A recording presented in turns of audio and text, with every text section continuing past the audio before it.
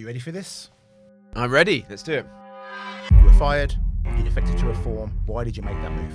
I believe the country's in a real mess at the moment. Britain is broken. But what was the timeline on the morning of the firing and the defection? One of the kind of acolytes of Kemi had gone into my office and nicked it. I mean, it's no secret that we disagreed on things. I think it's fair to say she never really liked me. Would you ever want to be reform leader? Kemi, was she the right person to win? Total and utter bollocks. I have a different view of the state of the country to her. It's broken and it needs fundamental change.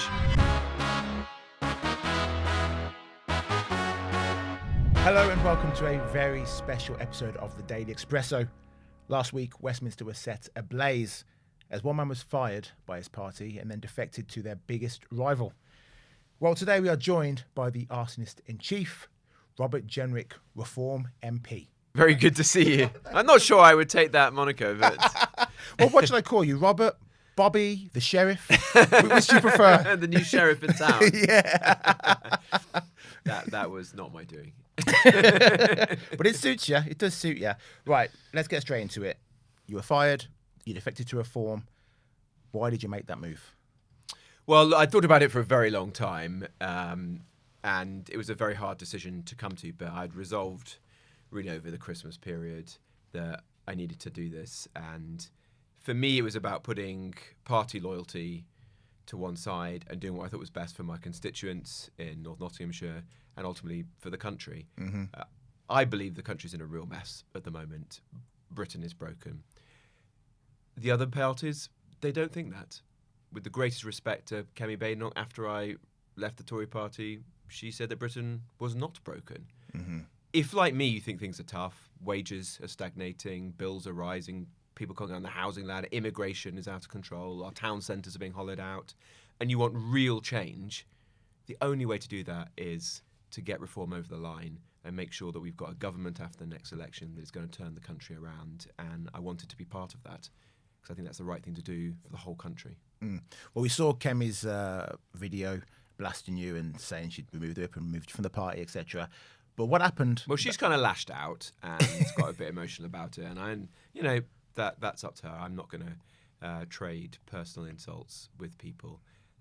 What I wanted to do was do what I thought was best for the country, mm-hmm. and to make an argument, which in fact I don't think anyone has really been able to counter, mm-hmm. which is that the Conservative Party, though it has this incredible history, which I'll always admire, and Thatcher and Churchill, these great past prime ministers, mm-hmm.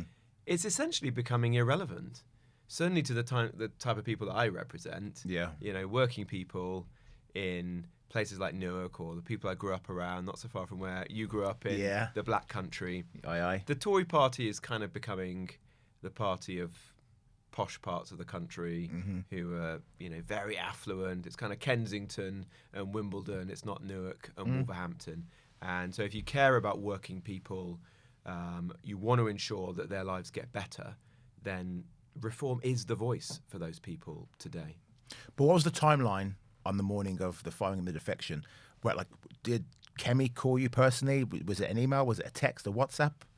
I just got a call from the chief whip, Rebecca Harris, to say that they had seen the speech that I was about to make, because one of the kind of acolytes of Kemi had gone into my office and nicked it.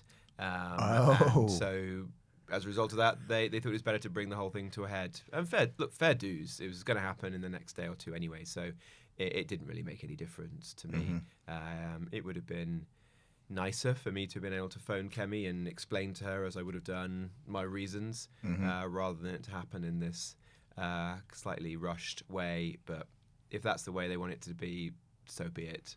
I'd certainly made up my mind a long time before, and a week on, I have never felt more confident about anything I've done in my life. It was the right thing to do for my constituents, and although not all of them agree with me, a lot have expressed to me they thought it was the right thing to do, mm-hmm. that they are essentially Reform voters today, even if they'd voted for Labour or the Tory party in the past. And having met people within Reform now in a way obviously I couldn't do when I was mulling this over in my own mind, you've got this group of people from all walks of life who are just totally determined to put together the best team, the best plan to fix the country. And there's such an energy around it, which none of the other political parties can replicate. With 48 hours notice, we put on a rally in my constituency. They sent out an email to members and supporters within a 30-mile radius, which is not so much when you're up in Nottinghamshire. And almost 2,000 people turned up. Yeah. 2,000 people. And they were people young, old, rich and poor.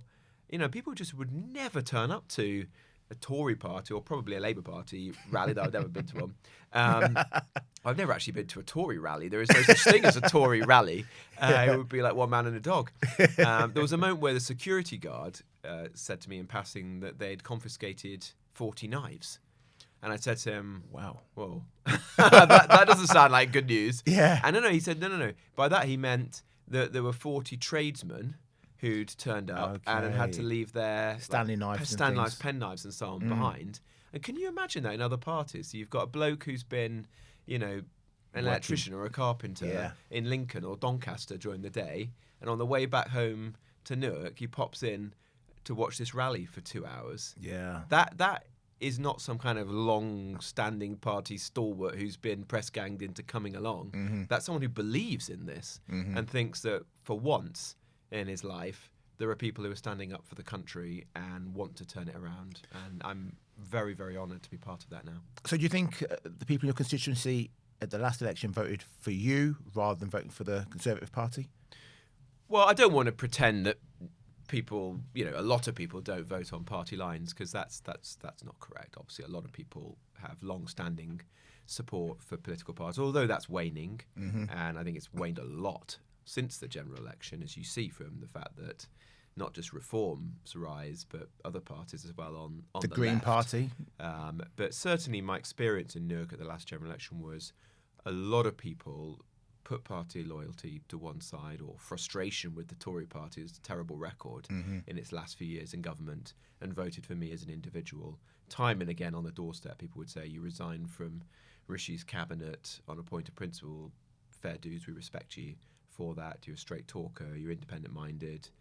People who might otherwise have voted Reform, because it's an area of the country where Reform did very well at the last general election, said, well, Rob, you seem to be more Reform than Reform. We're gonna back you. And I suspect that was the reason why I managed to hold the seat against the odds. I was the only Conservative MP who held on in the whole of Nottinghamshire and Derbyshire. There's a lot of seats in my part of the world. I was the only one who survived. So I do think that a number of people voted for me on the knowing who I am, what I stand for. So that's why you won't call a by-election now? Yeah, look, I think the issues that I campaigned on then are exactly the same. Securing our borders, tough on crime, restoring pride to the country, getting people's living standards up, getting young people onto the housing ladder. These are the issues that I've campaigned on. People know where I stand on them, and I'm going to keep on fighting for them. I thought of you this morning, actually. That sounds strange. It wasn't when I just woken up. On my way you were dreaming about I was dreaming about you. On my way into work, I went to my local train station. Yeah. You weren't fare dodging, were you? I was not. No, but they actually had security there today. Not police officers. Actual TfL security stood there. And I walked were they doing anything? Yeah, they were. Good. They were. Good. And I thought, this is because of when you were going around catching them and all the press you got off the back of that. There's pressure now, and the public are sick of these. We can call it small crime. Crime is crime. Dodging fare is still a crime. And I think the public are now sick. I think people are totally sick of it. And it's not just fare dodging. It's, you know, tradesmen having their vans broken into and their tools nicked. It's shoplifting. Yeah. You know, we're in Canary Wharf, in the heart of kind of the financial district of London today. And just before I came in to see you, went to Greg's, bought a sausage roll and a coffee. Was it a vegan sausage roll? It was not a vegan sausage Thank roll. God for that. But they're being sold behind protective screens. Yeah. We're not in some dodgy area. Yeah. We're in Canary Wharf, for goodness sake. That what has gone wrong? And I bet if I'd been here 5 years ago or 10 years ago, that would have been inconceivable. So, you know, I think these small things have compounded and created a sense that you can commit crime almost with impunity at the moment, and that's got to end. Yeah. It really has. What I learned from doing some of those videos was that people are sick of politicians being in a suit, just standing up in the House of Commons. Obviously, there's a role for Parliament, but Yeah. people want to see people taking on everyday issues, Mm-hmm. shaming the authorities Yeah. into doing something. And you really can. You know, if I write a letter to a minister, they often don't even reply. Yeah. But if you go and do that video, Yeah. even Sadiq Khan is forced to actually do something, get the men and women who are out on the tube to start accosting people. Yeah. And I think the number of fines being issued rose exponentially after that. Yeah. Well, good work. Now let's talk about you and Nigel. He was on this show on my very first episode. I spoke to him about you. I said to him, well, maybe Robert Jenrick would be a good fit for Reform. Oh no, what did he say? He said, I'll do my best Nigel impression. He said, well, I don't believe this Damaski intervention reform he's now got. Well, we'll see. We'll see. That's basically Well, what that's he not said. the worst thing It's that not the anyone said worst about me. But he didn't believe that you'd suddenly seen the light. you know? Yeah. By the way, comment about how good my impression was about Nigel Farage there. Sorry. More work required. Is it why do you think Nigel has changed his mind about you? Look, you'd have to ask him, but I think that he saw that I resigned from the last Conservative government, and no one else did that. There were people who were forced to resign, in scandals and stuff, but nobody else resigned on a point of principle. He saw that I then didn't just pack it in, but went onto the back benches and actually campaigned against the last Conservative government, voted against it, on the Rwanda bill, because I felt that it was too weak and it wasn't going to work. We had to leave the ECHR, stop all of these spurious claims by migrants. And when I did that, there was only 10 other Conservative MPs who backed me up. Back in those days, there was 360 odd Conservative MPs. Only 10 did it, for whom only 2 are now still Conservative MPs. So there were not many of us. It was a lonely cause to do that. And then after the last general election, I tried to be painfully honest. I said, the government failed. It let people down, not just on immigration, but also on the economy, because taxes rose to the highest level ever, and on public services, because people feel that from the potholes in the roads to the NHS waiting list, things were not working despite paying so much money for them. Yeah. And I tried to make an argument that if the Conservative Party is going to survive, it's got to change. Different people, different policies, and be very, very honest about the state of the country. And ultimately, I came to the conclusion that's not going to happen. It's not sorry. It's the same old people. They'd make the same mistakes if they were back in power. And you call me an arsonist. My view is they are the arsonists, and why would you let the arsonists back into the house? Yeah. That's madness, isn't it? And I don't think that's going to happen. The trust is gone in the Conservative Party for the foreseeable future, at least. So I hope Nigel has seen what I've said and done over the last few years, and that's given him faith that he and I could work well together, and that we share this deep conviction that the country's in a moment of peril and needs to be turned around. So what do you make of your new colleagues, and what do they make of you? Are you busy mates with Lee Anderson now? Well, I've always been good mates with Lee. Oh, yeah? Lee is my constituency neighbour in Nottinghamshire. Okay. And so I've always got on very well with Lee. So it's nice to be reunited with him. Look, everybody's been very, very good to me so far. Zia and Richard and all the others have been very welcoming. So it's been good. And I do feel quite liberated because you can speak your mind freely. No one's policing the tone of what you say. People... We're all like-minded, and there is a genuine sense of energy about it. You've kind of gone from something that feels like the end of days in the Tory party to something that feels like a fresh start. And one of the things that I struggled with in the Tory party was the role that I was essentially playing in the Tory party was someone constantly pushing it to be something different than what it was. Right. Forcing it to take stronger positions on things like immigration or crime or grooming gangs, integration, whatever it was.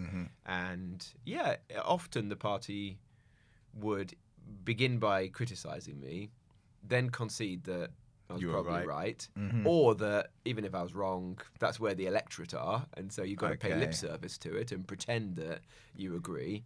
And months later, years later, in the case of the ECHR, the party would kind of catch up Here you're with a group of people where it's conviction politics. People believe this stuff, and you know they do. So it feels a much more honest place to be. Well, look, you are an ambitious man, and there's nothing wrong with that. I'm ambitious. One day I'll be editor of this fine, I hope fine so. publication. I hope so. Would you ever want to be Reform leader? Well, the good thing about joining Reform is that's kind of settled. It's not like It is for now, but Nigel won't be around forever. Well, look, if you're in a party with a weak leader, like the Labour Party, arguably the Conservative Party, then these are debates that people have every day. You can't do an interview without somebody asking you, do you want to be leader or not? That's not the case with Reform. You join Reform because you respect Nigel. You can see that he's one of the most important politicians of our lifetimes. He's had such a huge impact on the country and our politics, and it feels to me that in a time when there's a huge set of challenges facing the country, you need a strong leader, don't you? Absolutely. And I think you'd be a great strong leader too. Well, look, that is not my motive here. It's to get behind Nigel and to make a success of this. And in fact, when I was back home in the West Midlands at Christmas, and I was debating this stuff with my mum and dad, who are very straight-talking people, not political. My dad just asked me 2 straight questions. If you weren't involved in politics, none of the history of the last 20 years, who would you vote for? Instantly, I said Reform. He said, if there was a choice between Nigel, Kemi and Keir, who would you want to be Prime Minister? Split second, didn't need to think about it for a second. I said Nigel. And he said, well, if that's the case, then be true to yourself. If you are a Reform MP, be a Reform MP. Stop kind of struggling with your conscience and do it. And that's how I feel. I do think Nigel would be a good Prime Minister, and he's head and shoulders above the others. And in 10 years, when he steps down, you're going to be leader then? He's not that old, is he? He's old enough. He's very hardworking. He is. I mean, I don't know him well, but in the week that I've now been in his party, I've been incredibly impressed by his energy and determination. He's so tenacious. I wouldn't schedule a retirement date for him anytime soon. Well, one of the things our viewers have been commenting and sending in their questions to us about a lot is that they feel or fear Reform is becoming part of the establishment. There's now 54% of the MPs are Tories. What do you say to them? We mustn't allow that to happen. Reform has got to be something that is fresh and new. That is why people are voting for Reform. They don't want the status quo. They're angry at the failure of the old 2 political parties. The last Conservative government let the country down. Starmer and Labour clearly failing in exactly the same way, probably worse than the last Conservative government. So Reform has got to be different. It's got to attract people to lead it and to be senior people in it who have never been in politics at all. Business people, doctors, nurses, journalists, teachers, farmers. Maybe a few journalists. You're now putting yourself forward to be a Reformer. I think you're editor of the newspaper. That's right. And now you want to be this. I'm ambitious. What can I say? It's I'm probably much more interested in, can we now attract people who've never been in politics at all, but have been very successful in other walks of life, like created a great business or been that brilliant head teacher or run a hospital really well, than I am in trying to recruit people from the other political parties. But you do need experience of government. You need people who've been there at the coalface, who've learnt from their mistakes, or else how can you reassure the country that this new political party is also capable of governing responsibly and protecting people's pensions and savings and small businesses and the NHS and our public services. So it will always have to be a balance between the two. Well, speaking of pensions, just this morning, Farage just said at Davos, triple lock is on the table. Do you think it's something we should be scrapping as a policy? Well, it's been Reform's long-standing policy to protect the triple lock. It's very important to me that people have dignity and security in old age. I've got 2 elderly parents, and I want to make sure that people like them never have to worry. It wasn't so long ago when pensioner poverty was a big issue in this country. You know, when I was growing up, you saw insults like Gordon Brown's tiny increases in the state pension. And I know with rising energy bills at the moment, there's a lot of people who are struggling. Yeah, there's 2 million pensioners in poverty now. Exactly. And, you know, I represent many of those people. I don't represent a wealthy part of the country, and there are lots of older people who find the last years of their life tough. And unlike the rest of us, they can't just go out and do some more hours or try and get a different job or set up a sort of side hustle to make a bit more money. They've got a fixed income. So I do think it's very important that we protect them in old age, and that is the role that the triple lock has played in recent years. So you wouldn't be in favour of scrapping it? You'd like to keep the triple lock? Just to be clear. Yeah, that has been Reform's policy, and you know that's been my long-standing view. Okay. As well. Right, let's talk about Kemi. When you guys went head-to-head for the leadership, was she the right person to win in that?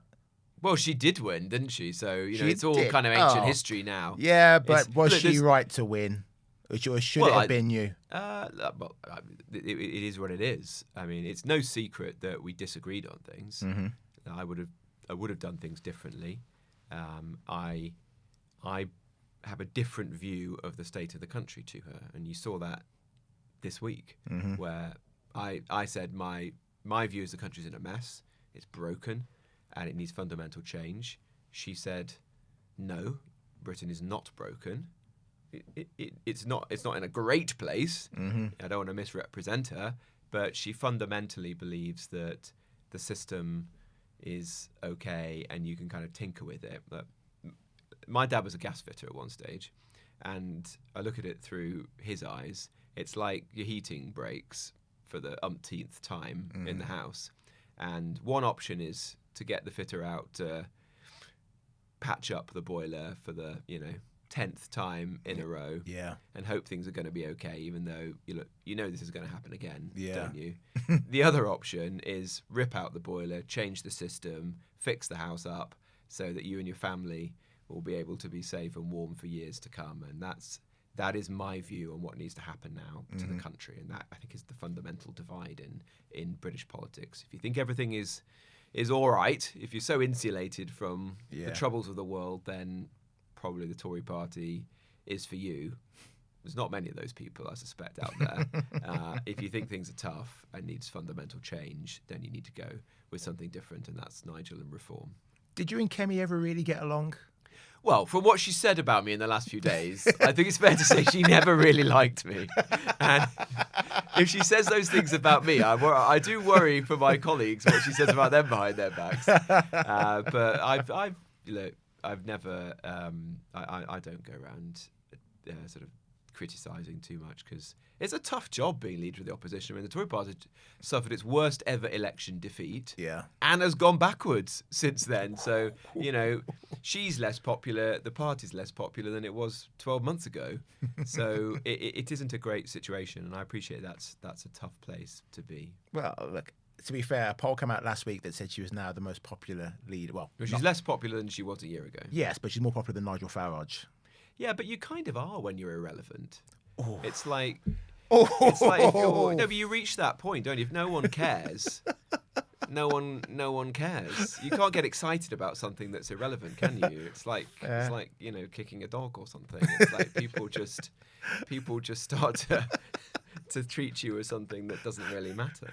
A rumour I heard is that she spends a lot of time playing Candy Crush. Can you confirm I don't that? know. I can neither confirm nor deny that. But